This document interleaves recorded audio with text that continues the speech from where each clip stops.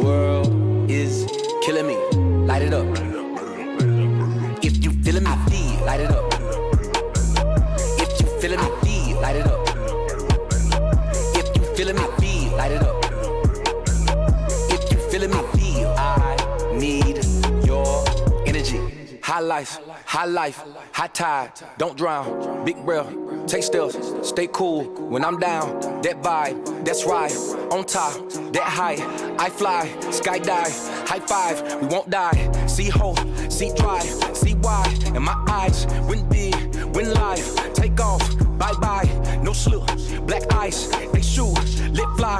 Don't stop, must try. Energy, that's why I'm doing the most. In the middle of the road, I'm running the globe. I'm fighting for those that give everything to get back what they owe. So close, don't fold. Live bright, live bold. Kick back, get goals. Light it up for yours. I need your energy. I need your energy. This world is killing me. Light it up. If you feeling me, feel, light it up. If you feeling me, feel, light it up. If you feeling me, feel, light it up. If you feeling me, feel. I need your energy. This what they want, this what they need, this what we on. Took it worldwide and brung it back home, turn it on. Energy. Never been scared, always prepared, taking you there. You need to be here, hands in the air, yeah. Energy. Flossed up, fly like a salsa, live in the moment. Get it, own it, live it, breathe it.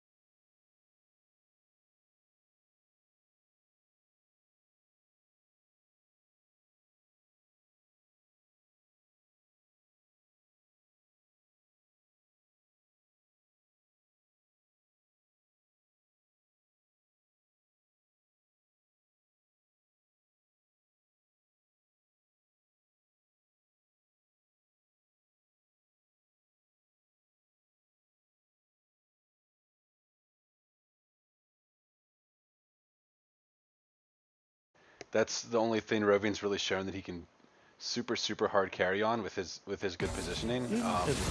Looks like they just don't care, and they'd rather take away more of the mid lane pool. It's 3 bans towards Pickle Popper. I'll come back stronger. Gangplank game. They don't want to deal with that global pressure, I guess. So Adomo with the first pick here takes Ari, most likely for Aetherfox. That is his signature champion. We'll see what. Like that. Yeah, we'll see what Brambleback parry with here with the second 2 picks. It's just a nice safe pick. In response, you can see Another nice safe pick. Yeah, exactly. A no fun champion. A no fun champion. Yeah. Shout out to the dude that says that. Mr. Panda. Urgot taken. I assume it's going to Spence Champ. It looks like that's one of his most played champions on his OPGG, so getting his comfort pick and also getting Rovian on a pretty safe, relatively easy to scale up with 80 carry like Sivir, and they just take the Sejuani, who is still pretty top tier in the jungle. And that's also kind of a takeaway from Brambleback as well, given that's one of Dynamic Killer's most played junglers. Yeah, it's something they rely on for the side of Brambleback is having like the 3 or sometimes even 4 tanks to appeal for Rovian on a late game scaling 80 carry. I'm assuming the Katarina is a troll hover. Do it. Don't expect to see that one locked in. Yeah. Okay, so they're, like we talked about, a tank for the bottom lane, and we're assuming we're going to see a tank out of the jungle for Dynamic Killer. But we see Yorick picked up by Adolma in the top lane. Yeah, and that kind of looks like, they can continue to go after the top lane, but it also opens up the avenue of just like, Yorick is going to smash the Urgot in the 1v1. Yeah. And so you can just ignore that and just send like the kitchen sink bot lane, which I kind of like. Given that Yorick gets a Sivir to make sure that it doesn't get that hyper late game. So it looks like Scuttle did their research, and they actually ban out another of the tank junglers that Dynamic Killer plays. So knowing the playstyle that Brambleback typically goes for and trying to exploit that in the pick ban phase. We'll see what they ban out for their last one. It looks like Ash Nautilus taken away from Scuttle by Brambleback. Which is good in response to the lane that they picked. I would like to see a Nunu ban here. Yeah. Just to continue to hit that pool. Alright, the Pantheon. In the same vein, it was a jungle ban. Yeah. I don't know how high of a priority I would place on that. I feel like Bramble's at their best when they have Dynamic on just this big beefcake that can just start a fight. Yeah, something's very forgiving. I like the Cassidon here. Pretty scary. Yeah, I like the Cassidon too. I actually like the Cassidon a lot.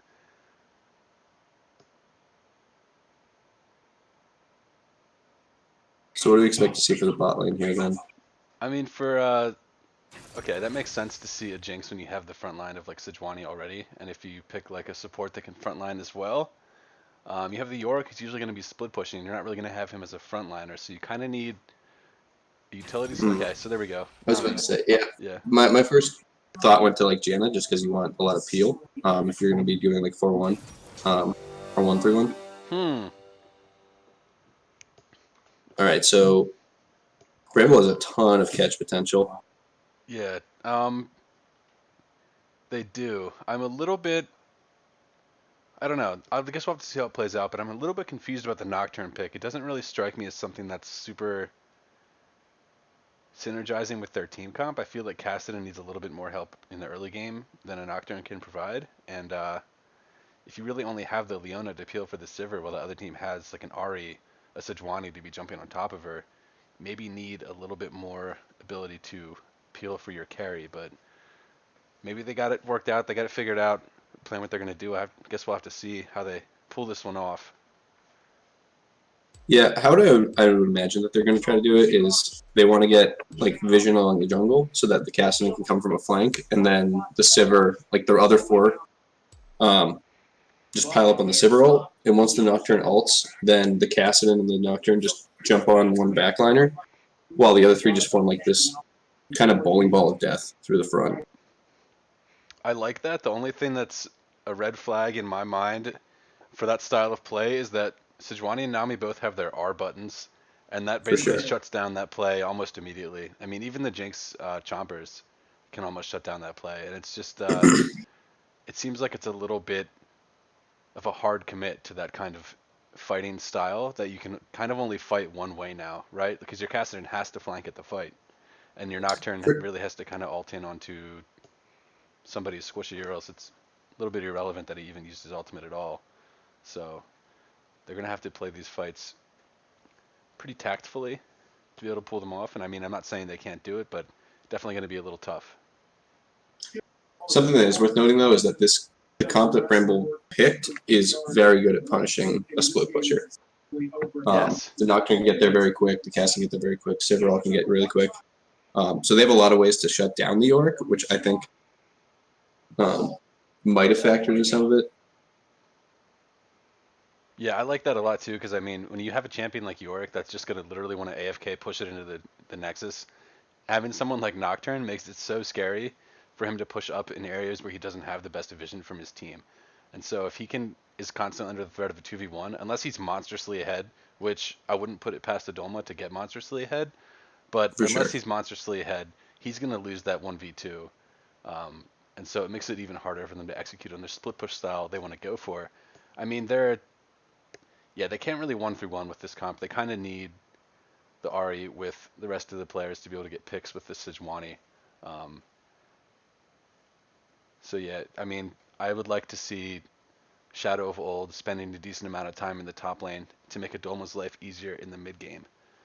If he can not fall behind or even just get ahead, it'll be a lot easier for him to split push. For sure. If I'm on that team, what I'm looking to do is get a few ganks top side early, just to make sure that the Yorick gets ahead, and then going into the mid game, prioritizing play around objectives and putting the Yorick into whatever lane is opposite the objective they're going for. And just continue to bounce that back and forth. Getting turret pressure from the Yorick, getting dragon pressure, and then turning that into other turrets, and just continue to do that dance and hopefully just pull Bramble apart before they can respond to anything. Yeah, for sure. Spectator delay almost ending here. I'm really excited to get into game. I see Kassadin and Urgot both have TP. I would have liked to see TP on the Sivir, I think. With such a strong global composition, maybe it would be kind of irrelevant, but I feel like that's the strongest summoner on Sivir.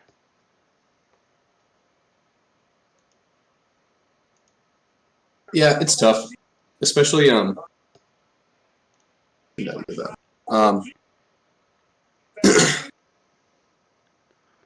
lost my train of thought. Turned down. Yeah. They want me to turn you down. Turn me down then. Yeah, I guess you're too dominant, man. Can't help it. Have that, as you put it, the LCS knowledge. The Just LCS flowing knowledge through me. is just coursing through your veins. Yeah. Do you still wear your official Riot Games TM headset even off the clock? Yeah, I sleep with it actually. Oh wow, okay. So is it like a built-in like functionality with your pillow that's like special indentations that it fits into your pillow while you sleep, or is it just kind of like I'm uncomfortable but I don't give a shit? It mostly the latter. Okay, that makes sense. Yeah. You ever heard that story about the person that like spent so long on the couch that they started to meld with it? Yeah. Like we're going for that, except with the headset. Oh, okay. So the headset's like almost a part of you, you're saying? That's the goal. It's not yet. We're working toward it. Right, okay. I guess that's when you get the Riot Games barcode tattooed on the back of your neck and you become official Riot bot. Yeah, this is all like the long con in order to get free shit. Dude, hell yeah. I heard that if you actually scan the barcode on the back of a Riot employee's neck, you actually get free RP. I can neither confirm nor deny that. Alright, let's get the objective timers on here. Alright, so we are getting into game. Game 1, Season 5, Week 2. I almost messed that up, but I didn't. So here we go. Proud of you, bud. Yeah, I'm proud of me too. Alright, let's see what these teams do. Level 1, if they have any sick strategies they want to pull out, or if they're just going to play it safe. Kind of looks like from the get-go that they're fanning out a little bit. But I want to see some spicy invades coming out here. I must use my WoW controls. I've been playing too much WoW Classic. I had my fingers on the WASD. I'd like to see an invade out of Scuttle, just because they do have Nami, and then they can if the Nami, like you can feign towards it, and if you see him out of position, you can take the bubble quick, and then the charm, and that might be able to be a kill. But teams are just playing it safe. Yeah, we got the blue side pings coming down onto the red side pings rather coming down onto the blue side's blue buff, and you see Dynamic Killer opted for the put a ward down base and get my sweeper. We'll see if he gets any early effectiveness out of that sweeper, or if it just kind of becomes now he doesn't have a ward. But it is actually a really good idea to do as a jungler, to get that sweeper early. It lets you invade and gank a lot more easily with denying vision. Yeah, especially with a Nocturne where you're going to want to be power farming like that, and you can assume that the enemy team can assume you're going to be power farming, but you want to have that just little bit of nagging doubt in the back of their mind to make them play a little safer. Yeah. Pickle Popper taking some damage in the mid lane. Hasn't had to pop potion yet, but he is getting poked down a little bit. The bot lanes don't run into each other. There was no cheese bush going on, and it looks like both junglers just going for their second camps. Still taking the full amount of this Q from Aetherfox, and actually ends up getting the electric Q too. So Pickle chunked a decent amount right now. Has the fleet footwork to heal up though. We'll just continue to see that kind of trading pattern until Casting hits 6. That is the Cassidy way. Those flags that spawn right here always scare the crap out of me if I'm in bot lane. Or top. Yeah. Every time. Alright, we see the Orc's about to get a little more aggressive. I want to see him really try to push that advantage, particularly now that he has level 2. You can get all the little ghouls to jump to the Urgot. You just do that like 2 or 3 times, you immediately have flame prow. Ooh, the charm actually lands in the wow. lane and connects. Ignite going down. A couple more autos to do it, but levels up and gets the extra health there. Had a pot ticking as well, so Pickle Popper barely surviving that, but fortunately for him, did not have to burn flash, while Aetherfox is down Ignite now. Sejuani coming into the top lane. Spence Champ able to dash out, but still going to get stunned up. Actually flashes to deny the stun, but had to flash anyway. I gotta think that's what they were looking for, so they probably didn't expect to get the kill, so successful gank by Shadow of Old on that Sejuani. Yeah, for sure. For the next 5 minutes, we want to keep an eye there.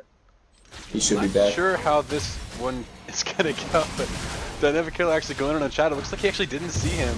Smited for the extra health, but now Dynamic's able to just smite to take the Scuttle Crab, but walks into the pit. Might be a little overextended here. Went hard for that Scuttle Crab, but able to flash out, fortunately. Pickle Popper now here, knowing there's no Ignite on Aetherfox, but still has the flash, able to flash out over the wall, and everybody's safe despite that chaotic looking situation there. Shadow probably not safe to this Grump. One more spitball from that Grump would have been a done Shadow of Old. Fortunately, he was smart enough to get the hell out of there. Pretty quiet bot lane so far. A little bit of a CS lead being established for Rovian, as you would kind of expect on a Sivir where you can push the lane in. And Nocturne actually going to be able to pick up both Scuttle Crabs now. So should be decently ahead in CS and to that level 6 point a lot sooner than Sejuani. Yeah, we see that, he's already up 8 farm, a level up as well. He's going to get a good reset and be able to path straight back to his top side and clear up there. He should be able to hit 6 before the Sejuani and just immediately get a gank. Preferably, I would like to see into that mid lane just to get some pressure off of that Cassidy. Oh, yeah. And I mean, we thought the Scuttle Crab overextension by Nocturne was a little bit of an error there, but it turns out it was a big brain play just to get that level 6 power spike a little sooner. So, obviously, just the 200 IQ move. Definitely pretty quiet in these side lanes. Really a lot of the action focused on the mid lane. I mean, as we expected, but Sejuani, as I say that, making her way bot lane. Exhaust going down into Rovian, able to flash out, and the stun won't proc. Cop might be safe here without Flash, and 2 more autos from Sejuani to get the passive. Doesn't get it, so able to walk out. Only Flash being burnt on Rovian, and you expect to see Sejuani repeating that gank as soon as that level 6 is available.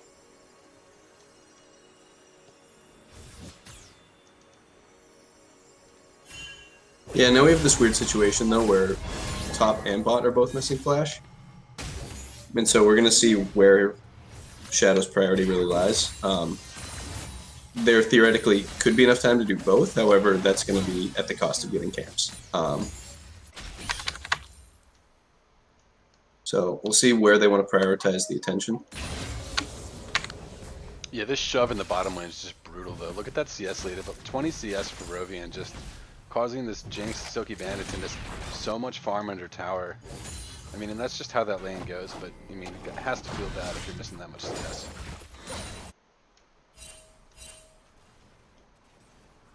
You can see some of the elo experience coming to play in the mid lane now, where the Cassian has managed to keep the wave pretty close to his turret.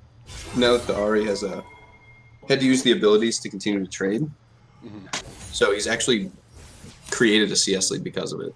Yeah, and he has the wave in a situation where it's going to push into Ahri, so that's what you want to do if you're Cassian, just shove the wave and try to look for a roam. What he's actually, now that he's hit 6-2, he can trade. But what he's been doing is, when he takes the trades, he'll actually walk through the lane, so that when Ahri's blowing the abilities, it forces her to clear minions as well. Allow him to manage the wave a little stronger.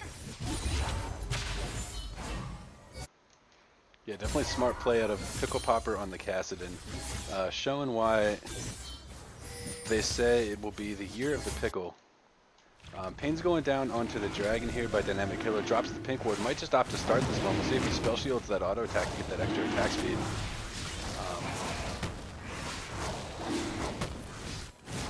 Mechanic for Nocturne is that if you press W on the dragon auto attack, it actually acts as a spell and gives you the attack speed bonus, but some people might not know about that playing Nocturne, so pro tip, if you are taking the dragon on Nocturne, that'll help you take it a little bit faster. So does your bot lane roaming though, so he should be able to get this just fine. Smite going down, and that is Infernal secured for Bramble back, which feels pretty good for them because they're kind of playing a slow, stalled out game here. It's useful on almost all of their champions, so they're not super worried about getting an early game dragon like Cloud or Ocean. Yeah, I mean, they already have almost 1,000 gold lead just off of farm alone. Coupled with the fact that they're going to be scaling a little bit better, and the Infernal Drag on top of that. Something to note. Sejuani moving to mid lane now. Greg actually uses his jump, but doesn't get too much distance. We'll see if anything actually happens. Ahri getting jumped on by the Nocturne. The Fear actually didn't go down though, and there's no mana on Ahri, so actually taken down. But the tower aggro getting Pickle Popper and Dynamic Killer super low. I think Shadow Vault actually might just be able to clean this one up. Oh, hits the so just barely misses the flail on Dynamic Killer. Might have been able to clean that up for a double there, but well played by Shadow. Looked like a pretty good counter gank by the Nocturne, but the Fear tether was just a little late. Made them dive too far under tower. York TP to the bot lane is going to be spotted on a ward, so Rovian should be in zero trouble here, just able to walk out. So bit of a wasted TP by Adolma. Going to have to just walk it on back to the top lane now and not get much for his troubles, but you know, you don't hate to see those kind of plays. It's a proactive play, and it's something that you want to see teams going for if they are at a deficit in the early game, to try to make a play rather than just kind of sit back. It's worth noting there that that was actually a TP in response to a turret dive by Rovian and Cop onto Blaze It Nerd, who played it really well. It looked like he might have been able to actually get a kill for free. And so I think that was just to stop any kind of further follow-up, because they very well could have gone back in on it. A fair point. Yeah, still a pretty significant gap in the CS department for the Jinx, but I mean, talking about scaling, Jinx is one of the AD carries that scales pretty well as well. I mean, Sivir obviously is 3 items and that's a wrap for Sivir, but not quite, but you know what I mean. But Jinx in the same wheelhouse. With the kind of frontline and disengage they have for the side of Scuttle Crab, it's certainly possible that Jinx will be able to scale up and carry this game. Oh, wow. Ooh, great charm by Aetherfox. Able to cancel out the blast plan and then not creating too much distance with the blast cone. One more auto attack will do it. Cassidy able to make it out though. Sejuani ultimate going to be back up in a few seconds. Opt not to use it with the chase and just back off. Go for the Scuttle Crab. Maybe look for Rift Herald.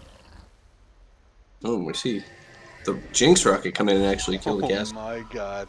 I cannot. I didn't even see the Jinx Rocket on the map. Dude. That was a I didn't either. sneaky Jinx Rocket, but sniped by Silky Bandit. That was sick.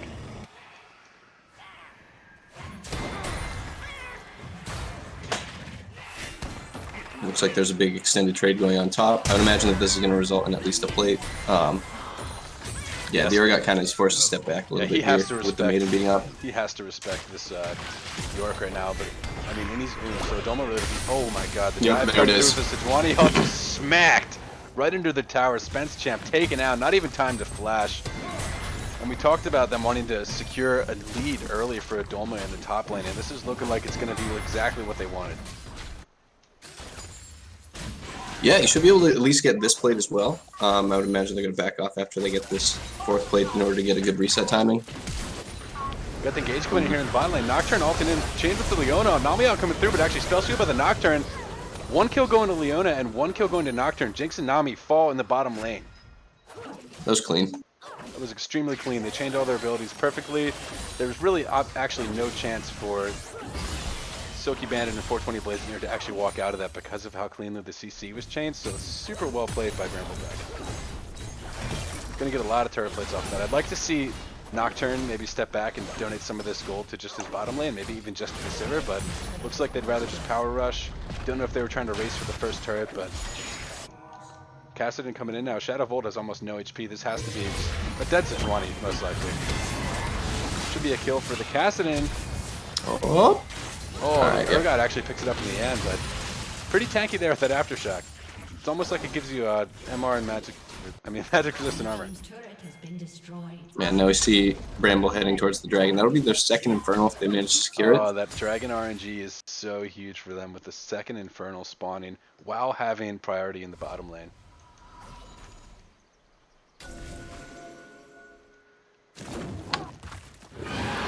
I don't think this Navi can stick around too much longer. Yeah. I mean, you have Ahri and Jinx coming up, waiting in the wings right now, kind of coming on the backside, but with Bramble already having priority in this pit, you really don't think that there's any chance they can contest this. Yeah, and they pull it out smartly. This should be pretty free. Especially with the Ahri being less than half health. Yeah, they pop the Scryer's Bloom, but really that's all they can do with that one is just kind of watch them take the Infernal Dragon. I mean, it's not really... Almost steals it. Actually picks up the kill into the Leona. Well played by Aetherfox to get a kill there, but looks like they might be trying to follow up with the Nami ultimate. Knocks nobody up. It's Sejuani in on Spence Champ. Jinx Rocket coming through, taking them super low. Nocturne goes down, denies some of the vision, but York able to flash on top and get him with that last auto attack. And Pickle Popper now slowed on the back end, has to flash. Should have his ultimate available again soon. There he goes to get out, but I mean, Brambleback, a little bit of an overstay after killing that dragon, or maybe just not taking it fast enough. End up doing a 1 for 2, which isn't the worst thing in the world, but when you're ahead, you don't like to see trades like that. Yeah, I think in that situation, part of why that went so south is a lack of where Bramble was escaping from. You saw them split into 2 groups, whereas if they just all run as 5 and just accept that you have to blow the Sivir ult, they all get out there. Yeah. Yeah, Sivir actually crucially did not pop the ultimate. So, a bit of a misstep by Rovian on that champion. I think that might have actually caused them all to be able to live, but well played by Scuttle Crab to exploit that lack of ultimate usage and pick up some nice kills. Now we can see Scuttle is setting up in order to take this Rift Herald.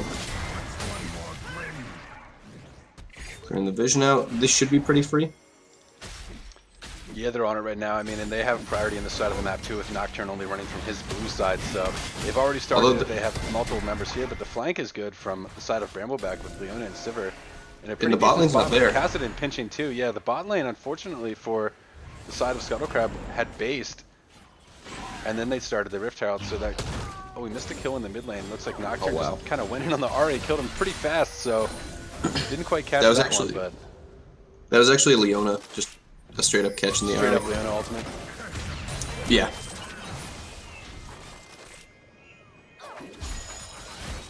So we see a lack of coordination there. That very easily could have been a free Rift Herald for Scuttle if they'd coordinated their backs. Yeah, and I mean, And then like the pathing on the way out after your team runs through the jungle, you got to think that you probably can't run through the mid lane when you saw that was where Brambleback was rotating from. So the coordination seems to be lacking a little bit for the side of Scuttlecrab. We'll see if they can pick that up because they have a team comp that kind of requires that. So if they can start coordinating some of these fights with the split pushing and the response from Brambleback a little bit better, we might be able to see some more successful plays coming out of Scuttlecrab. Great bubble onto this pivot. The charm actually goes through point blank. Spell Shield's not going to dodge it. Heal comes through, but it's not enough. Jinx actually picks that one up. The slow, unfortunately, tags the minion, but going to be able to chase a little bit with these Nami slows. Double stun into the Nami flash by the Leona. Well played. Nocturne ulting right now. Looks like he's on the Sejuani here in the top lane. She's able to just flash out. Shadow of Old making it out of that one, but Silky Bandit is kind of popping off in the Jinx. But we're getting the turret in response. We're not in response. We're getting an additional turret pressure in the bot lane. I think I would have liked to see Bramble, instead of trying to force that mid turret into a team that has a lot of pick, just try to take that Herald. Worst case, you just turn around. Sejuani all coming down, but there wasn't really anything to follow that up, so maybe a bit of an impulsive ultimate there from Shadow of Old. I mean, there's nothing on his team that they could have done to follow up with that. Now that's just down. He just doesn't have that. Yeah, that looked like one of those you see somebody step out and instinctively just throw it out there. Yeah. I mean, yeah, a lot of times you're going to think that your team has the ability to follow up when they don't, just like instinctually. Unless it's something where you got to know your team's mana pools, cooldowns, etc.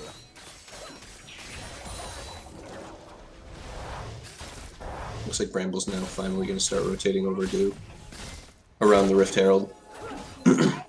Yeah, honestly, they're in a good position to take this. Yeah, showing some dominant objective control too. Having double dragons and getting this Rift Herald here, and their vision controls honestly has been super on point. They have its pink ward. Belongs to the Distinguished Order of Ward Longevity and Health. So I think that's the club where that ward hasn't died in a long ass time.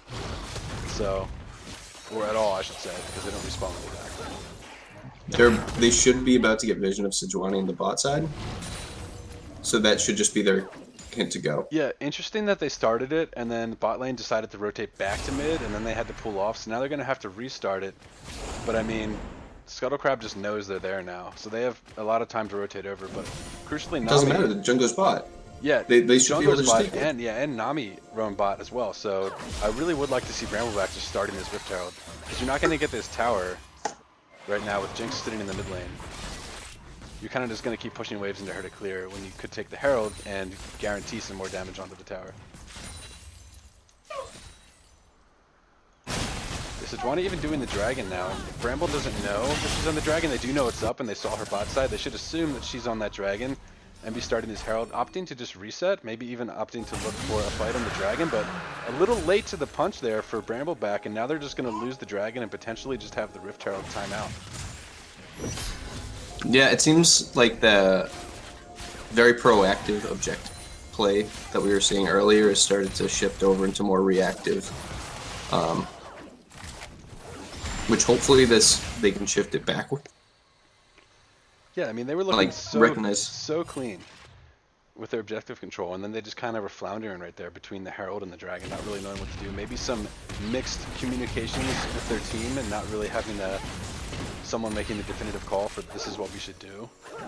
That is hard to do, though, to be fair. Nocturne ultimate coming down. See where he's going to take it.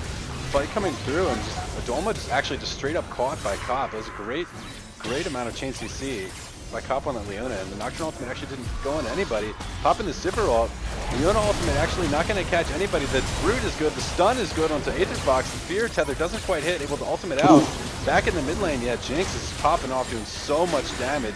While they were focusing the rest of the team, Urgot comes in, but just immediately gets pinged off. He doesn't want anything to do with this fight, as that Jinx is untouched and Sejuani and Nami are still alive.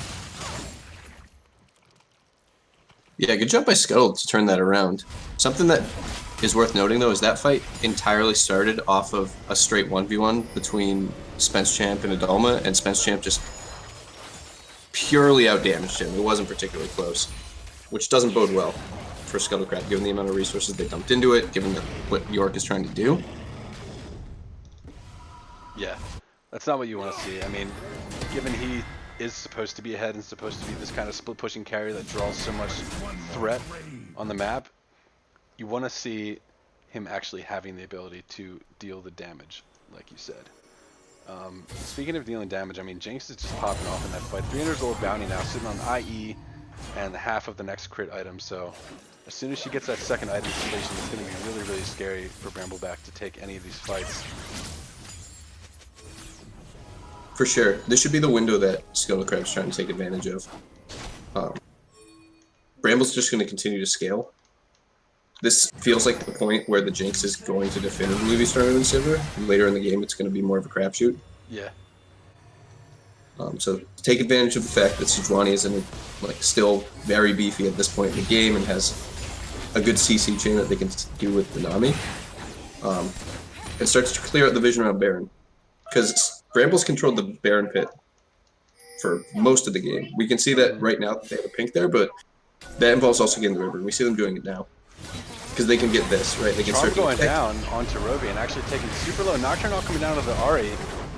But let's watch this Jinx. Jinx is in the back of the fight. Robian is super zoned, can't even really step up here. Jinx stepping up, gets rooted by Leona. The stun should come through too. Super low, actually falls to the Kassadin. Urgot ultimate comes through and gets the fear on the two members. Shadow Volge getting chased down now by Pickle Popper on this Kassadin as the Dynamic Killer in the backline cleans up Blaze It Nerd. And that's just a 4 down for the side of Scuttle Crab. They took a fight, and it's just Brambleback had their number with their flanking positioning with the Kassadin and the Nocturne.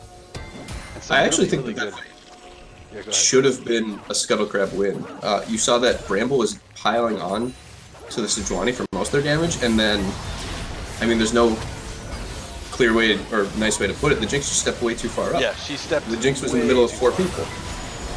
I mean, you're 4-1, you're on Jinx, you're sitting on IE and a half of another item. You probably feel a little bit stronger than you actually are, and I mean, it's understandable that you want to just step up and kill everybody, but at a certain point you got to realize that you're stepping up into a Kassadin Urgot and some Sivir Boomerang Blades, so you're not going to live very long against that damage. If you're the carry, you got to play a little bit safer than that. I didn't get a good look at it, but that what might have actually caused that as well is when the Jinx stepped up, he was in machine gun mode, so I don't know if he ran out of mana partway through the fight and was trying to auto with the rockets and just didn't realize that he had switched back. Yeah, either way, I hope he plays the next one a little bit safer because it's not over yet for the side of Scuttle Crab. It is looking a little worse than it was a couple minutes ago with the Brambleback squad now having Baron buff and rotating to this Dragon, which is a Cloud Drake. It'll help them get their rotations a little bit faster. But this Jinx can still pop off, and it's something I'd like to see in this next fight is a little bit more parity between these 80 carries with Jinx's positioning improving just a little bit. And they still have that window we were talking about earlier. Something that's hard to do is not to get fully dissuaded from taking advantage of windows because it didn't go well one time. That was more of an issue of just execution as opposed to understanding where the power is. Of course, they have to wait out the Baron right now, but yeah. Looks like an accidental R, Fat Finger by Silky Bandit on the Jinx. Just kind of went flying into nowhere. Maybe he was trying to take down this spicy pink ward that Brambleback plays, but I'm going to go with that was a Fat Finger, and understandable, I do it myself, so it happens, but Ultimate now is down for about another minute. Obviously, Brambleback picks up that Dragon. They have full priority on the map right now, and Scuttle Crab has to play farm and just pray that this Jinx can carry with her third item.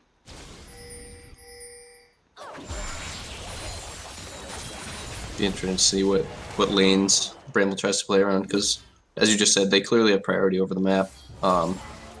They get to dictate the pace of the game. Looks like they're just going to try to force down this mid turret while the Urgot gets pressure bot. Yeah, we do see that. Oh. Yeah, and they'd be able to take that. I would like for them to rotate to meet the Urgot and try to get a catch in the jungle, just because the wave top lane isn't synced up with what they're trying to do, so they might as well just try to bulldoze over another turret while they still have Baron. Yeah, crucially, there's pretty good vision control for the side of Scuttle Crab in their red side jungle, so any kind of pinch like that would be pretty easily seen out and hopefully escaped by Scuttle Crab. But let Looks like they're going to keep these Baron-empowered minions in the mid lane. Just a nuisance for Scuttle to have to clear. Not having the best wave clear in their team. They just have to deal with these minions until the buff runs out.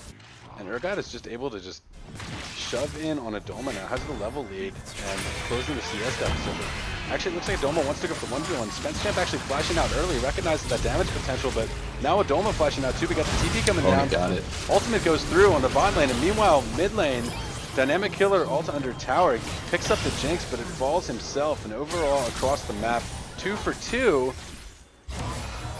Really not the most ideal play when you have Baron buff to do an even trade, so I think Scuttle Crab can be happy with that one, knowing they went even against the Baron up team.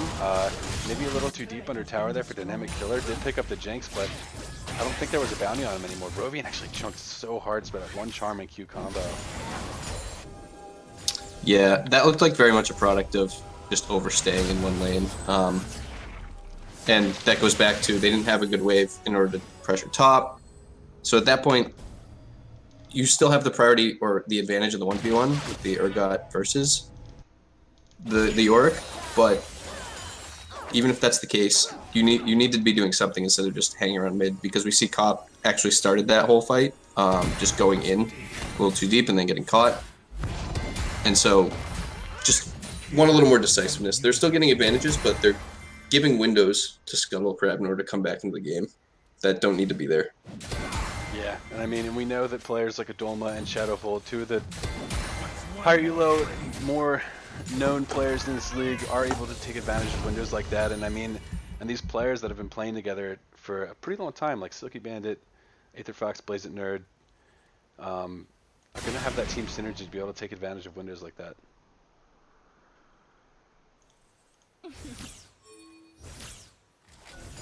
Let's see if we can get the timers. It looks like the Baron is going to be the next thing that the team should be fighting for. We can see that Bramble is getting all the vision around it now. Yeah, they put down all their vision now, and they denied really all of Scuttle Crab's vision. We can talk about the vision here for a second for the side of Scuttle Crab, and they only have vision in their red side jungle and a little bit in their blue side jungle. The entire enemy jungle and river is black, except for this pink ward. So that's something that is a good omen for the side of Brambleback, as they can just start this Baron whenever they'd like, and they do take it pretty fast. I like the idea of Bramble just trying to get a death brush while Scuttle would be trying to clear out their wards. I'm not sure how I feel about that brush in particular. I don't know when they're going to be passing by that area, but... Nocturne Ult actually coming down into the Sejuani. Saw a catch, but I mean, you can just dash right over the wall there. Maybe a little bit of a wasted ultimate. Doesn't really get anything for the use. That is a 79-second cooldown, so it'll be up in about a minute for Dynamic Killer. So not the worst thing in the world, but we have the top lane actually pushing in now. I mean, the top laner pushing in, I'm sorry, Adolma in the bottom lane. I really want to see the Urgot just hard start fighting the Yorick right now. Yeah, because he's just super to buy time. Right. He should have the advantage still, as well as they both have TP up, and if they're fighting, he obviously can't teleport in. And since that Bramble does have the vision control, they have the ability to feign the Baron, get any kind of death brush going, without the Yorick being able to join. It was just an extra advantage that they can have around the Baron pit. I don't know if Pickle swept there, but he has to be a little careful not knowing that there's enemy wards there. Fortunately for him, there were not, but a little spicy on his part. I really want to see this, like you were saying, Urgot just start fighting Adolma. He's a level up, and with the Frozen Mallet Black Cleaver, he just absolutely shreds. Looks like they're opting to start the Baron. Dynamic Killer actually face tanking a good bit of damage. Cop didn't really get enough raise to tank that. I think he actually might fall to the Baron here. Getting super low. Has to just stick around and wait for the smite. I mean, if a Big Brain Jinx ult comes through, actually will probably kill Nocturne, but able to heal up a decent amount of health and get the smite down over the Baron. Didn't happen, but would have been fun to see. Dolma, meanwhile, taking the Cloud Drake. That'll be Cloud Drake number 2 for the side of Scuttle Crab, but that is Baron number 2 for the side of Bramble. Yeah, and we see they're just going to start barreling down top lane. Urgot's going to shove out mid. Maybe join up with them. I'd like to see the Urgot just rotate around bot and continue to just try to boldly around that Yorick while he still has the advantage. Yeah. Right now it's just this awkward positioning where he's split pushing, but it's not actually providing any pressure. Yeah, and we're having desynced pressure right now in the lanes. So theoretically, Scuttle can clear the mid lane out. A little They late to the reacted party a though. tiny bit They're quicker. not able to Yeah, take that tower. and now because of that, they're gonna give up a little more in the top lane as well. Yeah, So a nice split by Adoma, but gonna lose his team's base here as the inhibitor in the mid lane goes down. Nami out coming through to dissuade that. Art Charm going wide. Not gonna matter. They're gonna just run in and take that. Urgot is so tanky. Probably just honestly face tank this turret for his team. Leona all coming down for the zone. Actually hits the E. Gets the stun onto Aether Fox and the Ahri. Dynamic Killer going in the back line with Cassidy and able to pick up the Nami. Fear going down on the Jinx, but actually able to live, picking up 1 kill in the Nocturne, but does end up falling in the end, and that is a 4-for-1 for the side of Brambleback. Should be able to just clean up the Nexus towers here and take game 1. GG. Domo going for a little bit of a base race here, but not sure how that one was going to work. Maybe the chances start backing, but well played by Brambleback. Yeah, they managed to get past that mid game, I guess, slump that they were having as far as their decisiveness, and they showed really good vision control around, particularly the Baron pit. They very wisely decided to give up some of those later game dragons in favor of even just not taking the Baron, but getting control and vision to be able to take Baron late. Yeah, I mean, honestly, their objective control, aside from a few hiccups in the early/mid game, was stellar. I'd like to see a repeat performance of that in the next game here. But yeah, so get the new lobby made here, and we will be right back, boys.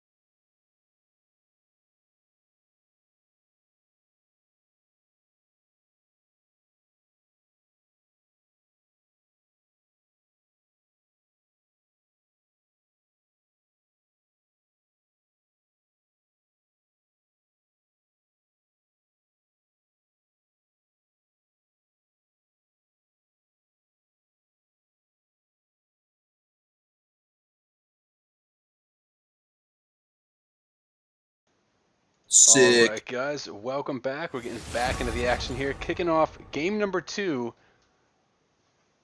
of the Rec League, week 5. I mean, What do we? week 2, season 5. Wait, whatever it is, whatever game I time. had the week 5 season. in my head from the State of the League episode where I was like, wait for week 5, boys, for the meaningful stats. So, All right. Yeah. forgivable. Good save. Good save. Yeah, no. Similar bands. So I would expect nothing changes, Yeah. at least from the side of Brambleback. Scuttle would be the one, given that they lost to diversify their bands. I think, personally, you're leaving up the Zillion is okay, just because of the lack of pressure it gives. Like, Yeah. obviously, people's really good at it, but how much does that actually contribute? Yeah, like how good of a champion is Zillion compared to how good is Pickle Popper at Zillion? Like, Exactly. he might be super sick at Zillion, but Zillion kind of sucks. So, like, does it matter that he's good at Zillion? Maybe. I don't know. Like, there's kind of, like, diminishing return there, but it looks like they take your advice and opt to not ban Zillion. Sorry. We see two bands change, actually. The Mouse and the Zillion getting dropped for the Urgot and the Nocturne. I like the Urgot ban. As we said, just looking at the OPGG, this is clearly his most played. Yeah. But as a response, the Malzahar does get picked up, which I like. Yeah, good job picking up that Malzahar for Pickle Popper. It's a heads-up pick, knowing that they banned Nocturne instead of another mid laner. Little suspect in the Nocturne ban. I think this just kind of opens up Sejuani for Dynamic Killer, which is his best champion, unless Scuttlecrab just opt to take that one away, which I think that's an Adolma Hikarim in the top lane, so we might see a Sejuani pick here in the jungle.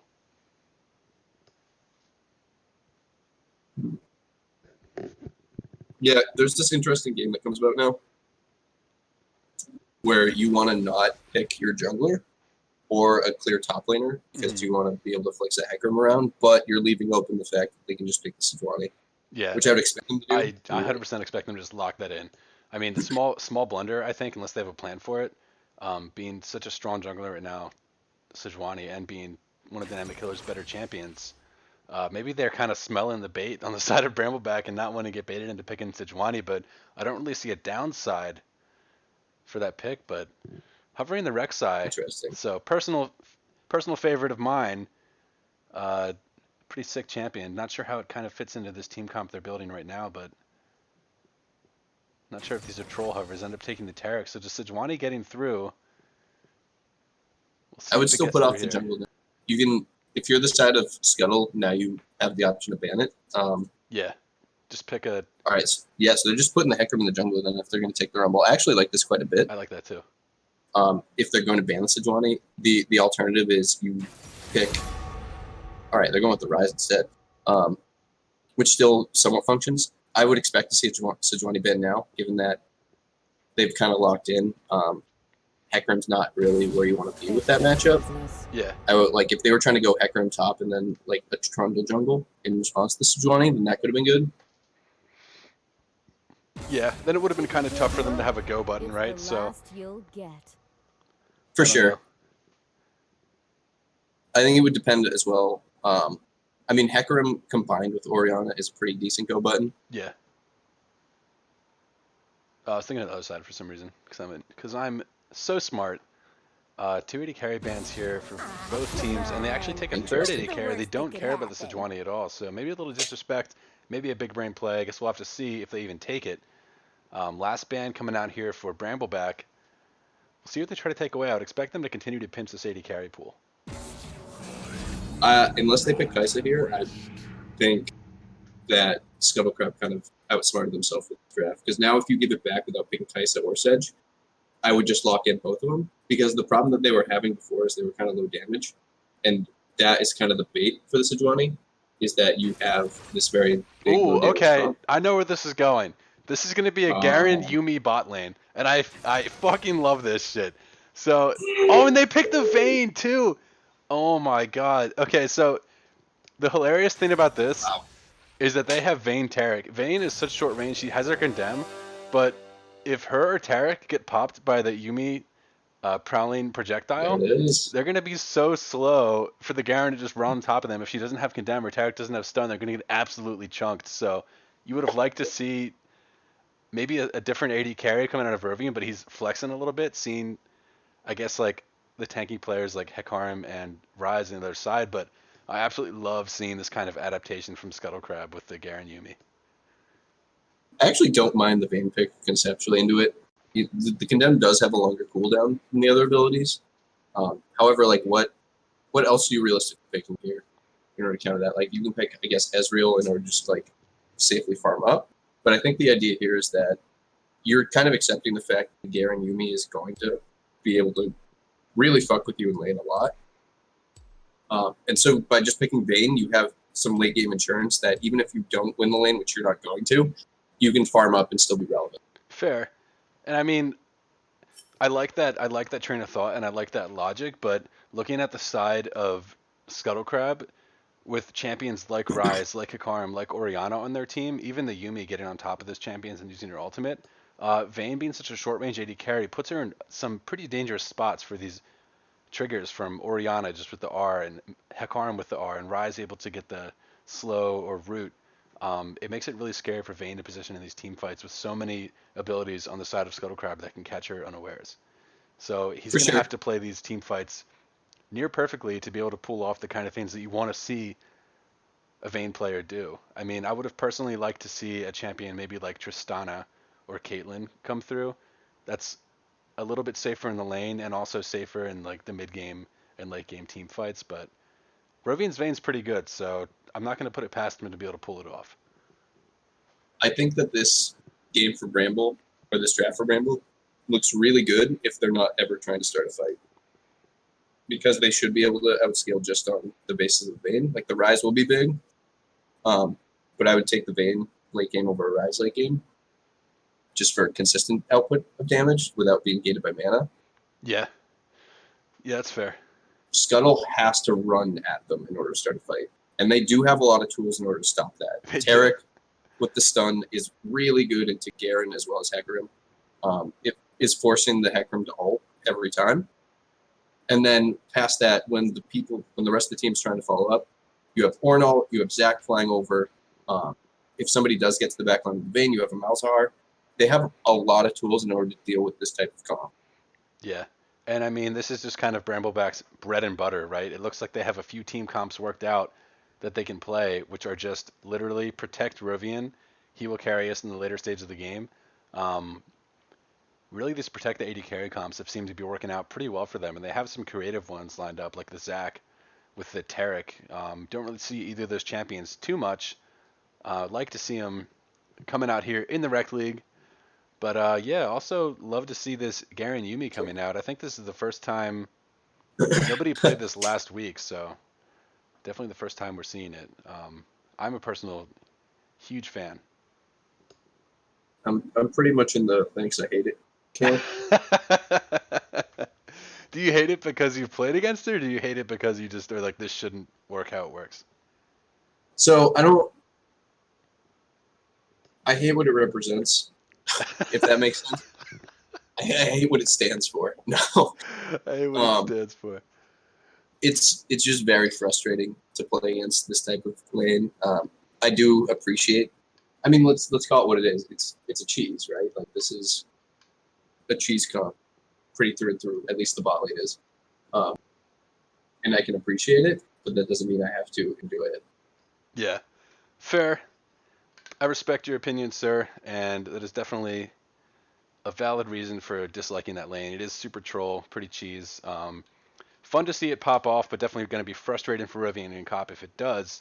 Let's talk about the jungle matchup a little bit. I think Hecarim taking that Ignite dictates to me that he's going to look for some invades onto the Zac, who is actually pretty weak in the early jungle. He gets pretty low to camps despite his passive and can't really 1v1 anybody. He can run away, but Hecarim should be able to catch him and has that Ignite to be able to deny some of that healing. So what do you think Shadow Vold's going to do in this early jungle? I would imagine he's going to try to get whatever lane is getting priority, try to have them follow up and just get some deep vision. I expect them to get deep vision down early just so they can track the Zac. And I would look to fight him after he takes his first camp, when he's unless he's going buff to buff, which I would not expect. When he goes buff to say like Raptors, like running him then. Yeah. Like if we see the Zac start on the red buff and then immediately path towards his Raptors, if I'm the hacker, I'm taking the blue buff and then I'm immediately running into those Raptors and trying to catch him right as he falls them, because he should be really low at that point. Yeah, for sure. I definitely want to see some spicy invades coming out from Shadow, and I mean, Aether Fox and Adolma on these champions in these matchups should be able to get decent priority early game, so it's not like he won't have any help doing those invades. It won't be too scary for him because he'll have his team able to back him up if they need to.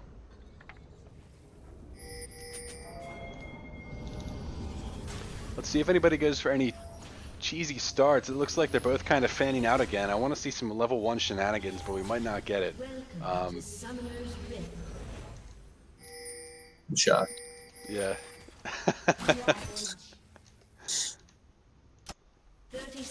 We do see some vision getting down. I do like the side of Bramble getting wards down defensively. Like it's an offensive ward and that's in their jungle, but it's purely to make sure that this Zac is going to be able to get through some of his camps. If you don't see, I would have liked actually to see that ward a little further, like maybe right on top of the Raptor camp or in the brush connecting the Raptors. That way you can see. You see the pathing, you see when he's transitioning to that side, yeah. Exactly. And if you don't see that coming, then like you know an invade is happening and you get the hell out of there. Yeah, a good ward in theory, but a little bit higher of a placement would be ideal. Looks like Shadow of Old is going to opt to start in this top side, maybe look for a level 2 gank onto the top lane or the mid lane, or maybe just look to steal Zac's blue buff, knowing that he does get pretty low to his first few camps. Yeah, this is interesting. Doing the Raptor start actually by farm, which is super good. And we'll go right to the red, I would imagine, and try to post red, meet up with the Zac on his blue buff. That should be good if the Rise in particular can get a shove into the Ornn and match that as well. But we do see the Zac going for his Krugs immediately after red buff. So that's going to be signaling either a full clear or trying to force a vertical jungle. And we should get a good idea which way that's going to go if he tries to force a level 2 gank. Yeah, it looks like Shadow of Old actually going for a full clear as well. This is interesting. A little bit quicker on his clear.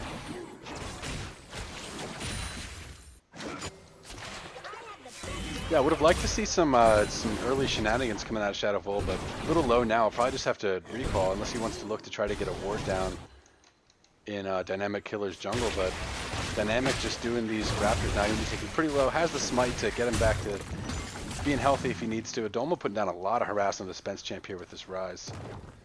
And Shadow looking to make a little flank here. There's no vision for Spence champ on the Ornn, but he kind of just smelled something out there and backed up, which was intelligent play by him, and now Shadow of Old heading into the jungle, putting that ward down, but Zac is actually on his way. If he stops and does the wolf squares, then that's going to be bad news. Well, you should know now. Yeah, Yep. You should know by the Squire's Bloom being hit that Shadow of Old is there. He will walk straight to the blue buff and actually see that ward as well. So maybe a bit of a misplay hitting that plant. Yeah, and just looked like awkward timing overall. I think if he just goes Raptors into red and then immediately hits that blue buff, he takes the blue buff and then probably the Gromp as well and then gets out without having to hit that Scryer's Bloom. Especially since during that window of time, the Rise did have to push, and then by the time he was trying to invade, the Rise was getting pushed in. Yeah. So just kind of awkward timing as far as when he was trying to invade. Yeah, and that's where early vision for the side of Scuttle Crab will assist with that. If they can see where Zac's at in his red side jungle, then they'll know that they have the ability to do something like that with their jungler. But Garen Yuumi is just so annoying here in the bottom lane. You saw him taken down to almost 10% HP, already back to 2/3, just so much regen and healing with the Garen and Yuumi combined. And now Shadow making his way to the bot lane, gonna get a chunk on the cop, but actually just gets stunned, doesn't even use the dash on cop, is going for Rovian in the back, but uses the Ignite from Blaze It Nerd going down. Yep. And there we see the power of Tarek Bane into two champions that just need to run it. Right? Nothing comes of that. There's so many ways for them to stop that kind of engage. Yeah, and their wave is in a pretty bad spot right now. If Brambleback clears enough of this wave, they'll have the opportunity to just freeze this right where they want it at that sweet spot by those flags.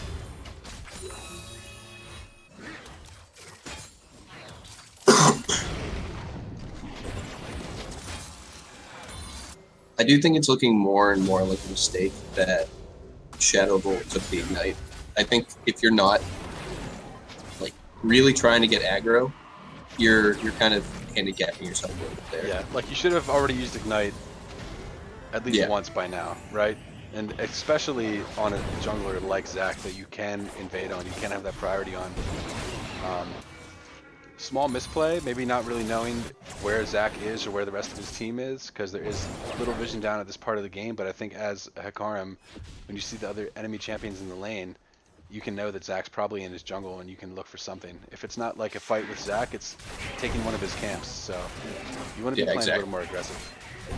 Yeah, you touched on, I was literally about to say that when you said that. You don't care if you're the aggro. Yeah. Your job is to go in there and just, if you see that the every laner exists there, we see Garen flash. Silky Bandit flashed in the bottom lane. I think he was going to be pretty safe on that one, but knew that Cop and Rovian still had all their summoners. Cop with that Ignite, but took that last auto, got chunked, and just flashed immediately. So I'm not sure if that was a panic flash, if he expected the jungler to be close by or what, but pretty big deal that his flash is down into a Taric with the ability for Zac to come in as well. Looks like he's opting for a lane gank here, which I think is super heads-up play by Dynamic Killer. Yeah, this looks good. I like this setup quite a bit, especially if he has a feeling that the hacker might be pathing towards this side, then this makes a lot of sense. Yeah, unfortunately they had already shoved the wave a little bit too far. But what I hope right here is you're expecting the Hecarim to come down to river as we get a pause. We got a pause. But yeah, I think if you're expecting the Hecarim, like you have the push, right? And the natural response to the push is we're probably going to gank the river, especially since we don't have really strong vision. And so coming into a lane like this is really good return since the Hecarim is flying up. Yeah, no, for sure. Yeah, looks like we're resuming now.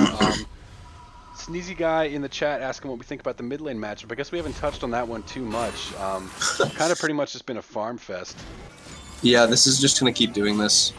Even when they hit 6, I don't expect kill pressure.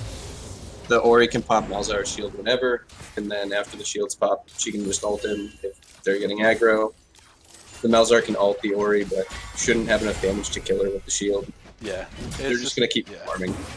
Zac going in actually missing the jump. Hecarim able to use his E to get out of that one and speed out of the danger zone. But this game, if you are a Brambleback fan, you have zero complaints because your bottom lane is almost double CS, your mid lane's ahead in CS, and your top lane is holding it down. He's down in CS and taking a good amount of harass, but he's doing what he has to do on Ornn.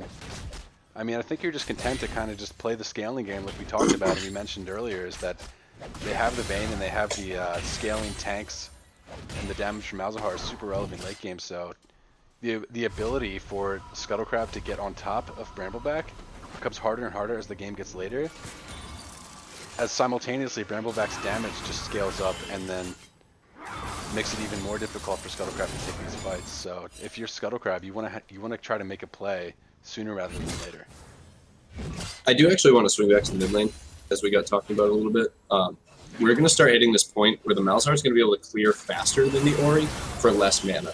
So that's going to force exactly what we're about to see here is, if you're not ganking the Malzahar, he's going to begin to just have priority pretty much the entire time. But very nice re-engage. Great ultimate by Shadow, just the tip of the ability, just the tip, gets him with it, actually uses the Ignite to pick up the kill, so heard us on the caster desk talking about Ignite, figured he wanted to pop it.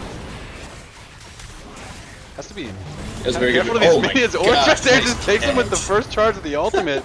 Just absolute unit on this Orange, just taking him out, picking up the red buff. Is that blind too? I don't think. All right, no, they saw him go over with that word. So they knew he was trying to greedy take that camp, but that was super heads up play by Spence Champ, showing us why they call him Spence Champ. Garen actually gets stunned up here. Yuumi ultimate coming down, but Garen just knocked the whole way back and just has to run away. I mean, that's just, oh man, I really hope to see this lane succeed, but it just looks like it's going to be so hard into this Vayne Taric. that you talked about. Zach jump coming short again, able to get the pull back in, but it's not really enough distance created. Gets this red buff slow with the auto attacks, but Adoma just gonna be able to walk away with that phase rush popping.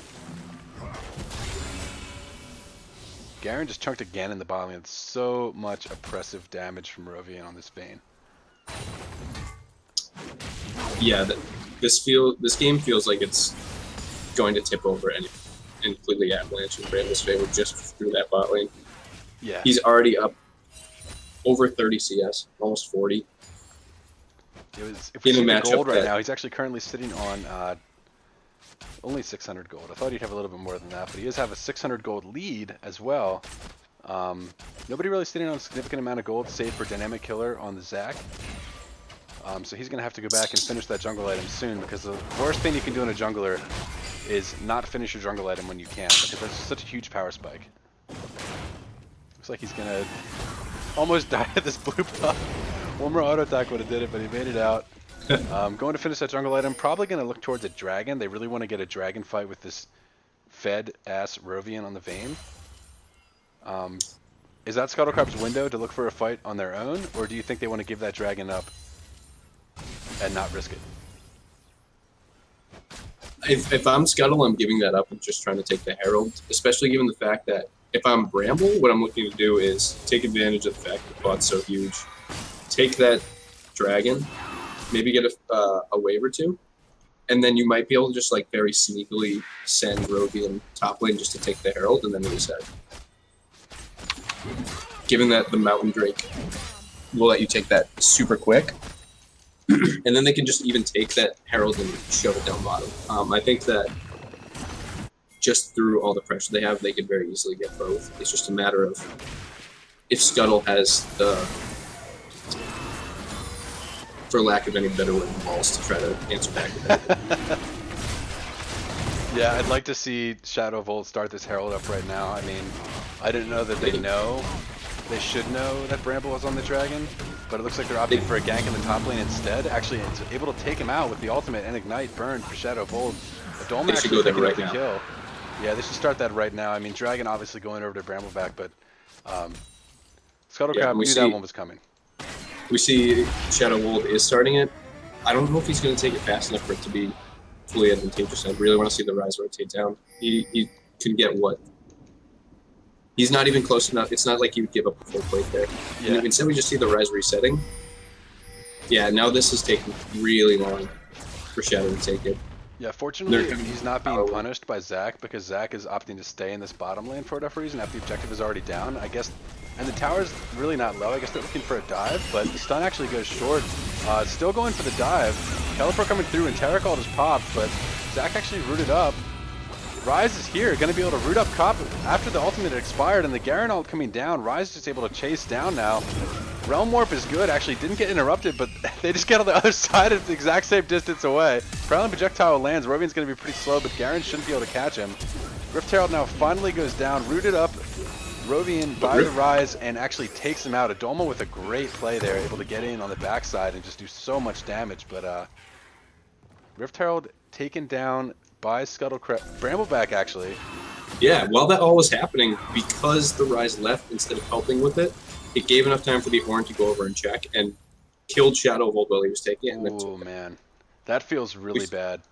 I mean, we see that cascading effect of just not having decisive calls about what you're trying to do. Yeah, and I mean, it wasn't all bad. Adoma was able to salvage something for his team off of that with his great TP, and then good use of his ultimate to get in a flank position, but you hate to see that happen when you could have help, but you just don't get it. Dynamic Killer going in with the Chilling Smite and the ultimate, not able to create enough disruption to stop Garen from walking away, but Rift Herald popped down the mid lane. Shadowbolt actually going in, knocking Pickle Popper right into the Aetherfox Orianna ultimate, so a great play by them, good synergy, and actually the Rift Herald not really able to take too much. Not sure if anybody was in range for those plates or not. I think Pickle Popper was, and that's why he died.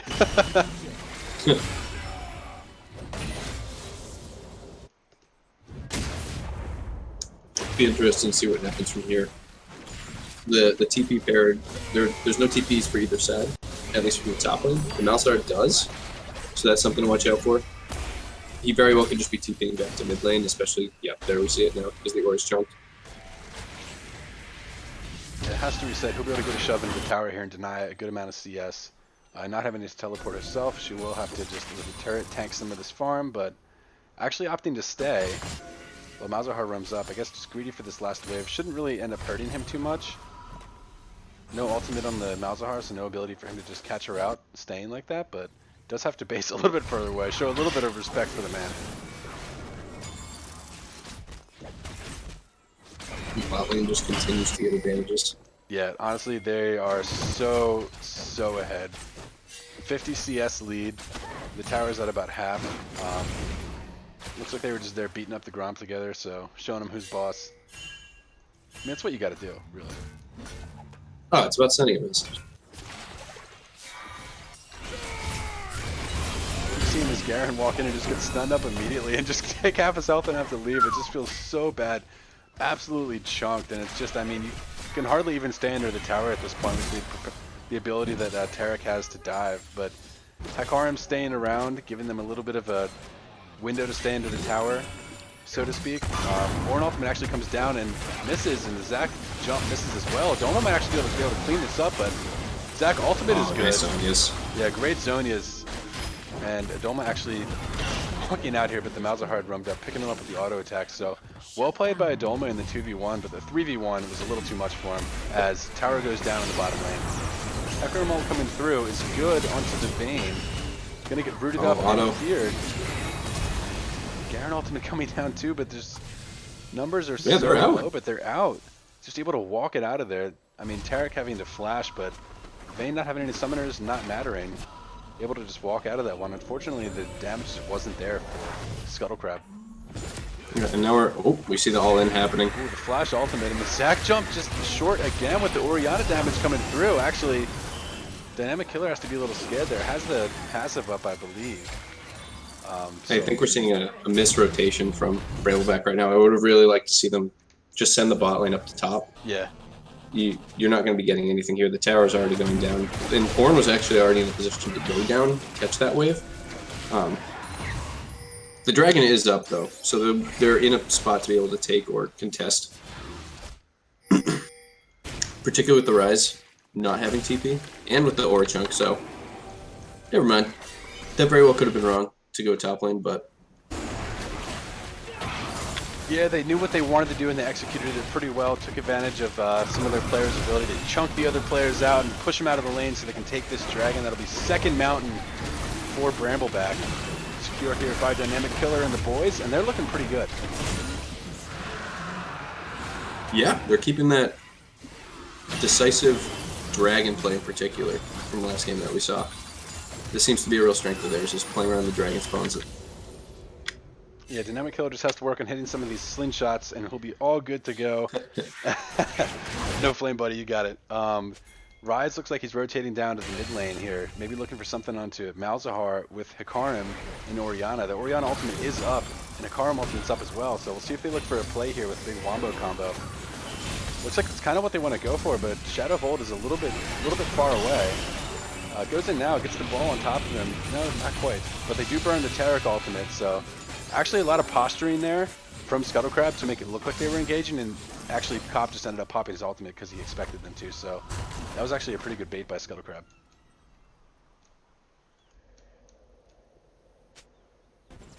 Yeah, looking forward, I would expect we're going to see both teams playing around the Baron pit a little more, given that it's going to be spawning in about 2 minutes. I'd really like to see Scuttle in particular. They have some vision there already, but making a really decisive point and just clearing out, making sure that they get really good vision there, especially with an Orianna and a Rise where they can have some pretty good pick. Yeah, they can they can kind of walk into the bushes with their team and not be too scared about getting chunked out, and the other team has to fear them for getting chunked out. I'd like to see them make like a deep pass into Brambleback's blue side. Just establish some vision dominance there so they can play with confidence knowing where the boys are. Especially since that you see the Vayne in the bot lane. Shot coming down again, but missing, but not going to matter. Orianna ultimate's huge, lined up with the Malzahar ultimate afterwards. Just so much damage onto Aether Fox right there, not able to pop any of his summoners. Thought he was going to get out with that ultimate, but it just wasn't enough to get him safe.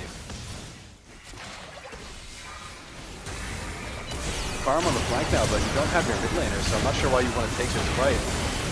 Yeah. Vi's actually popping off though, but There is no Vayne here. yeah, Vayne actually isn't there. So Shadow of Old and Adolma actually able to just clean this fight up with Rovian just pushing the side lane. Adolma picking up that last kill onto Pickle Popper with the Q, and Shadow of Old on the back end taking out Zac. So I mean, Vayne on the split push pulling a double lift cosplay there, able to get the root. Some Damage is sketchy good, but patterns. it's Oh, but a he little bit turns of a it. dive going too deep for Shadow of Old, giving Rovian the shutdown, and that's a lot of gold into Vayne's pockets. Just the person you didn't want to see it go on to. I guess he figured when the Dolma hit that root it was go time, but really just probably turned back to the tower in that case. Yeah, I did not expect that to work out. I think that was a combination of Rovian playing it well and also Adalma not following. I think if they both go in on there, then that's just a dead Vayne. Yeah. You can't half-ass that and just give the Vayne even more of a lead. Yeah, no. I mean, almost at the point where she's Flame Horizoning this Garen right now, so going to be really, really spooky for the side of Scuttlecrab to fight against this Vayne. But fortunately for them, the last team fight they had, she wasn't even there. So if he keeps pulling the double lift move and split pushing in these side lanes, it's going to be detrimental to their team as he is the bulk of their damage. Yeah, and I think if they're going to be playing that style, which is valid in its own right, then you got to recognize where you have vision and where you might be engaged upon, because they did get that pick and then just happened to overstay a little longer in the mid lane. Yeah, This is similar to what we saw last game, where they kind of just tunnel a little bit on the mid lane without really having all the right pieces in order to take it. So they either need the Vayne there or just to back up. Yeah, just got to respect the ability of Scuttlecrab to engage on you and jump on you when you don't have your damage with you. Though you can repel them a little bit, you're not going to be able to clean up a lot of the kills. So see if they can adapt. Dragon coming up here shortly in about 40 seconds. That'll be the third Mountain Drake of the game. Brambleback really wants that one. Then they can almost two-man Baron with Vayne and like Zac. But I wouldn't even say Scuttlecrab almost, wants I to think deny. for sure. Yeah, they can for sure. But Scuttlecrab wants to design it for the same reason. Zac slingshot charging gets canceled by Shadow of Old, but not too much else going to follow. Cop gets chunked out a little bit. Actually picked by the Rise here, but the Q misses. Gonna still chase this one. Actually chunking him super hard. Nice Has to job. pop the ultimate, but it goes down before the ult even pops. Ornok going wide, but now Hakarm's on the flank. Yumi ult coming through, and Ori ult chained up perfectly with it to get the root into the CC. And that is just Aetherfox, Dolma, and Shadow of Old popping off in that fight and hitting all their skill shots. Pain's going straight onto the Baron for the side of Scuttlecrab, and that looks like that's where they're going. Yeah, and that started entirely off the back of the Dolma there. He's just so huge. He can just walk at somebody and continue to throw abilities out. And single-handedly start a fight that way and win it. I do think, we see it in the chat, the Ori not having Merc Dreads is a bit questionable. We could see that coming up in later team fights in particular. If the Ori can get popped before she can combo off with all of her abilities, then this is going to look like a very different game. But as of right now, given that they just took the Baron, Scuttle is very much in the driver's seat. Yeah. I mean, a lot of the CC that's going to be coming through from Brambleback is knockups with the Ornn, the Zac. You're not really going to be getting condemned as Ori too much, and the Malzahar ultimate, you should have a QSS for that anyway. So I think in particular it is Stun, partly yeah. Vayne. You shouldn't be, yeah, but the Taric stun, because you have to be close enough to keep your ball onto the Heck Room. So theoretically, you could get stunned that way, just because you will be in range. It's fair. Don't know if we're going to see Cop playing up that far anymore after what Adolma did to him in the mid lane there, just popping him before the ultimate even went off when he stepped up. But again, that's one of those things where you don't want to play scared just because one thing happened the way it did. You know your team comp and you know your strengths. I think Rovian can still very much carry this game, but the onus is on him now to be able to position well and stay with his team. For sure. The gold lead, we can see it's about 4.5k for Scuttle, but it's kind of a deceptive gold lead given that Bramble does have triple Mountain Drake that's a whole bunch of extra stats that aren't. It's not going to show up in fights either. Oh, but we said pick. Great pick on Shadow Bolt. Again, the Zach E just a little bit short and actually able to just get popped immediately. The ultimate coming back on his fence jam. Gets chunked. Shadow Bolt's pretty low, but cop low too. Ultimate pops, but doesn't save anybody. Pickle Popper getting chased down. Garen ultimate goes down. One more auto to do it. Rovian on the back end just has to walk away. Watch the rest of his team die. Watch these towers die. Might be able to clean up a kill on a Shadow Bolt here. Popsy over the move speed actually gets him. So let's see if he can pull it off here. Go for the big play, but it's a 1v4. Oh man, this is spicy. I want to see the big Vayne outplay, Don't but be a coward. I think it's safer to just walk away. Don't be a coward. God damn it. Walk away. Don't do drugs. Just say no, Rovian. Yeah, Dolma stepping up like that just dictates that Rovian cannot get close because he will get popped. Dynamic Killer spawning now, should be able to defend this inhibitor, but super well played fight by Scuttlecrab. Again, what looked like a catch onto, I think it was Shadow Bolt, ended up just being complete turnaround for Scuttlecrab, able to win that fight. Yeah, and I think you've pointed out a bunch of times, we're seeing a pattern of, it looks like Bramble is doing some of the right things and in the right places, but their execution just isn't. Just missing skill shots, missing the hooks, missing Ornalts. Like these things can turn those fights that are going Scuttlecrab's way. Yeah, for sure. And I mean, you want to see those ones connect because those are so crucial for your team, especially when you're trying to protect someone like a Vayne who is your hyper carry. You got to make sure you're on point with these skill shots, or it gets a little scary for your team. Surprises. Mid lane tower is still standing on 140 health for Scuttlecrab. A valiant defense. I do want to bring it back to something that was brought up in Champ Select, and we're seeing it come to fruition now. Each of these fights is a lot of the time it's Brambleback trying to start the fight with a catch, which is playing into exactly what Scuttlecrab wants. I really want to see them just let them run at them. Let Scuttle run at Bramble and disengage, as opposed to what they've been doing with, trying to Ornal, trying to jump in. Yeah. It's just not working. Yeah, because your Malzahar is only sitting on 2 items, right? Getting like someone with the Malzahar ultimate isn't going to be enough damage to get a catch when you have 3 tanks sitting behind you offering no really follow-up damage, and Vayne just has to auto-attack him to death. Yeah, I'd really like to see the ideal play for me would be Hikarim ults in, Malzahar pops the ult immediately onto Hikarim, and now crucially and intelligently, Shadow of Old, knowing that that is the best option for Brambleback's team fighting, picked up a QSS. So that just kind of eliminates that possibility of the go-to option for Brambleback in these team fights, but the additional target that you can ultimate in those kind of fights is the Ryze or the Orianna. Not really wanting to hit that Garen or Yuumi, I don't think. You actually go for an engage here, which is pretty big Zap ultimate into the Ornn. A lot of damage coming across. The Carrick ultimate does go through. Zac able to chase down. Rovian on the back end able to pick up a kill onto the Garen, and the stun coming down onto Shadow Volt in the back. Doesn't have that flash, not able to get out. Rovian chasing down. Zac bubbles do get popped. The Zac globs do get popped, excuse me, but so much move speed here for Rovian on this Vayne. Gets popped by a Dolma though, and the health bars are just so low. They're showing that power and the annoyance of Yuumi that you talked about with the ability to shield and heal for so much. And I mean, it looked like Rovian was going to get a pentakill there, but honestly, the move speed and the healing and shielding from Yuumi was super on point.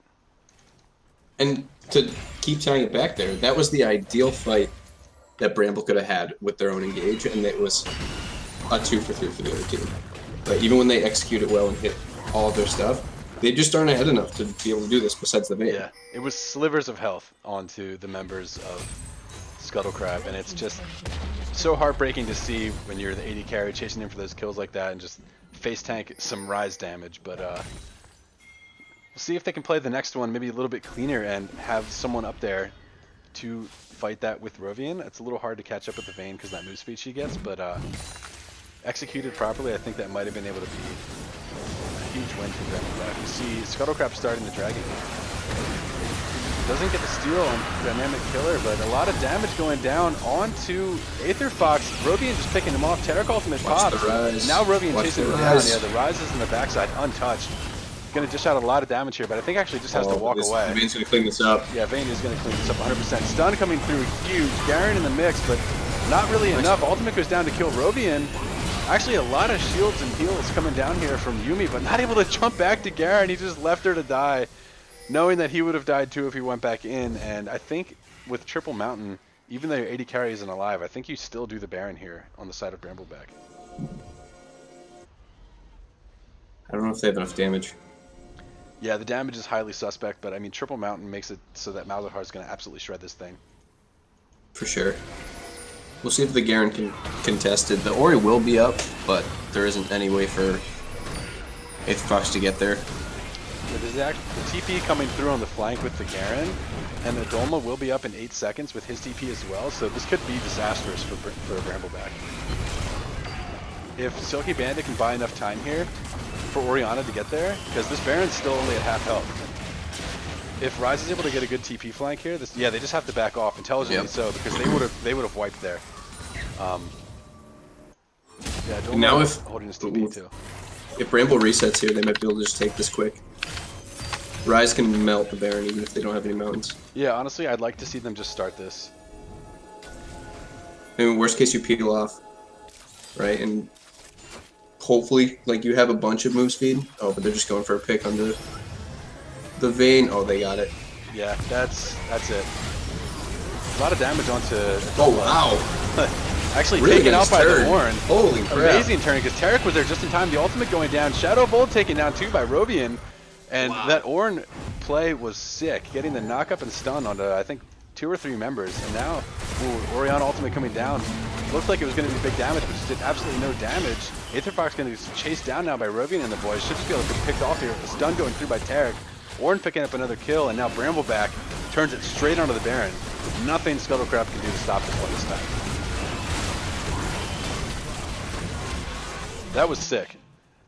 Yeah, that was some heads up by the whole team. The Ornn had a really good presence to be there and landed the abilities, but I think that was a collective effort by Bramble to just know where the pick was going to be happening and already be rotating. Yeah, they they preemptively rotated to it, and that was what was the most impressive part to me as well. Is that Cop was there with the ultimate before anybody was in real danger of dying, and that just made it so that Scuttlecrab could not execute that play anymore and had to walk away, but they were already dead. And something that we've witnessed before is Bramble in particular, they have a tendency to fall into some early game deficits, but their late game team fighting makes up for that. Yeah, we've definitely witnessed that. We specifically. Yeah. Going onto the mid lane here, nothing can really stop this push right now. I think they're going to have to just give up these outer towers. Ornn preps this top wave and gets that top outer tower that was actually still up, and they're looking to get these inners now. Bottom inner still up, and their wave actually wasn't managed very well. It's pretty far away. I think you want to maybe send Malzahar down there to push that one in, but kind of has to be with the team at this point to dissuade any sorts of engages, last-ditch efforts from Scuttlecrab to deny their base being taken. I mean, crucially, the gold lead is irrelevant right now, so team's still pretty even in gold, and that's partially due to the tower lead that Scuttlecrab had, but now equalized by Brambleback. I think they're going to be able to swing this Baron power play to a few thousand gold lead. Yeah, and hopefully be able to crack the base. Yeah, I'd like to see them be able to. I mean, there is a lot of engage potential from Scuttlecrab to be able to pick someone off. But Garen going in, but just getting stunned up. Actually, a lot of abilities missing. The Taric ultimate popped. Nobody blown up before it went down. The Silky Bandit is now in the back line, but Shadow of Old gets popped by the Malzahar ultimate, and the Ryze is doing a lot of damage though in the back end. Actually untouched. The silence comes through with the Vayne damage to take out Shadow of Old after he rezzed from his GA, and that's 2 for 1 for the side of Scuttlecrab. You'd like to see that, trading kills back at least on the defense, but hopefully they have enough. The Vayne's still up. Yeah, that's so much damage. Zach E is good, connects there. This should be Gets game. the knock up. Yeah, that looks like that will be game. The Zanya's pops, but that's really just going to seal his fate. Stunned into the wall, and Rovian should be able to clean that one up. The Bloblets respawn. Dynamic Killer's still alive, and that is still only an ace for 1 for the side of Brambleback, and they're going to head towards the Nexus. I think this game is a testament to their ability to team fight well, especially given that even with some putting themselves. Last cheesy kill on the Garen. Love to see that. Oh yeah. Yeah, really well done by Bramble. Yeah, honestly, their ability to team fight really Well, showed itself through. For sure. Even it's worth noting the keeping mental going. It can be easy to kind of tilt out a little bit when you miss a lot of your engages or abilities. But they just kept cracking at it, kept going after those windows that they saw. All right, so I guess we'll get some people in here for some interviews. Do you have anybody you want to talk to? No. Who do you want to talk to? Oh shoot, how am I gonna do this?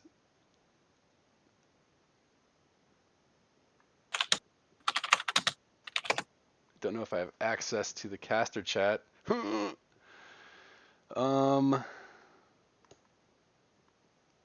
let's see if any of the boys want to come in for some interviews. Well, we want him from Bramble. Yeah, I'm trying to find out who wants to come over. Pickle Yeah, says make he them can't choose. do it. Yeah, I'll make them choose. choose. I'm asking him. Dynamic and Spence. All right, I don't think I have Spence champ on my.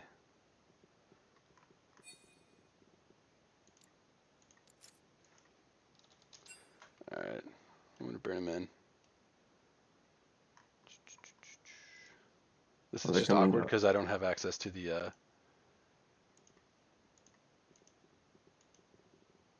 To the rec. The rec one, Caster. yeah. Shout out to the admins. Yeah.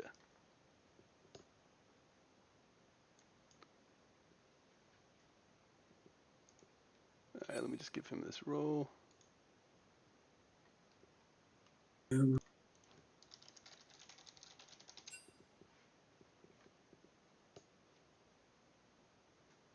Hey guys, what's up? What's up, man? I'm trying to get Spence in here too, so we can talk to you guys.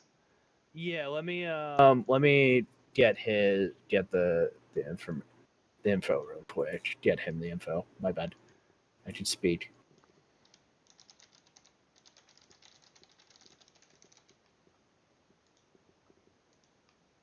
Sorry, I just need to find where your name was. Yeah.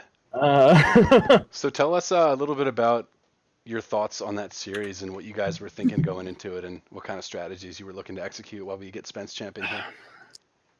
See, I don't want to sound toxic, but I thought the series was ours to lose. To be completely honest, I thought like that the Oh, there we go. yeah. I thought the whole issue was that if we got overconfident and made dumb mistakes, then we would lose those games. But otherwise, we've put in the time, and my team really has tries to practice as much as possible. And I sometimes it sounds like I'm being the drill sergeant with them and just getting really going and drilling the same things over and over again. But that's Like a drill sergeant. Yeah, like but they improve and they're better, and I know my guys are good, and I have no issue saying that those games were ours to lose, completely. We stick to our style. We know what we can play, and we play it well. All right. So what were your thoughts when you guys were kind of falling a little bit behind in the early game across the map? Rovian was still super ahead in the bottom lane, but what was the team dynamic like as far as your early game when you knew you were at a small amount of a deficit? We weren't worried. I mean, I was sitting there saying, it's not a big deal because we outscale them so hard. The classic we scale boys. Yeah, no, that's seriously what it was. I'm like, we can team fight, we can win. We just need to protect Rovian. And yeah, we fumbled a couple fights in the mid game and did some dumb stuff that we shouldn't have. And I did some dumb stuff I shouldn't have. But we got our shit together and kept going. And really pulled it through.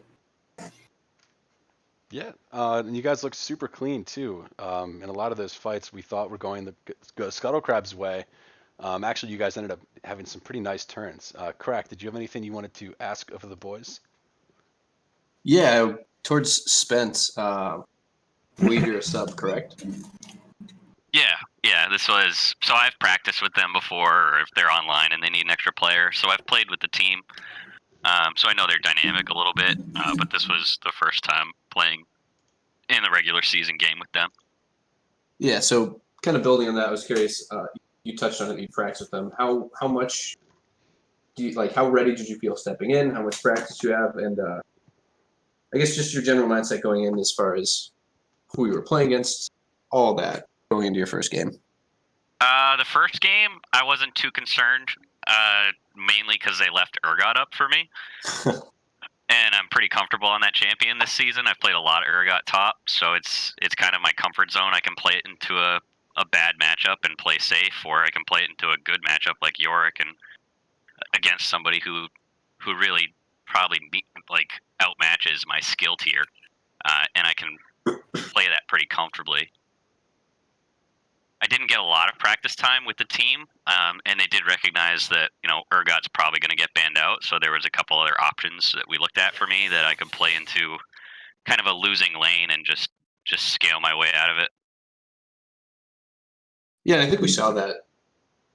A lot of those, particularly late game fights that ended up turning for Bramble, were largely on the back of combo of an Ornal coming through, a Zac slingshot coming in, and then a Tarek all kind of layered on top of each other. So it's clear that even if it was limited practice, that it was worthwhile. Showed up in the game. Yeah, looked super sick, and I'm excited to see what you guys pull out next week. I'm not sure when your bye week is, but Not till week 7, week 7. Okay. I believe. Yeah, so pumped to see you guys in the Rift again, and good luck in your next week's matches. Do you have any final words for the viewers? Elo doesn't matter. I'll put it that way. Having a 0 team doesn't matter. It matters about the practice, and it matters about how much effort you're willing to put in. All right, you heard it here first. -19 Productions shout out. I'm going to toss it off to the next production crew to run the next set of games. So thank you for joining us, everybody. GG's, and thanks for joining us for the interviews, guys. Yeah, no problem. Yeah, thanks. Have a good one.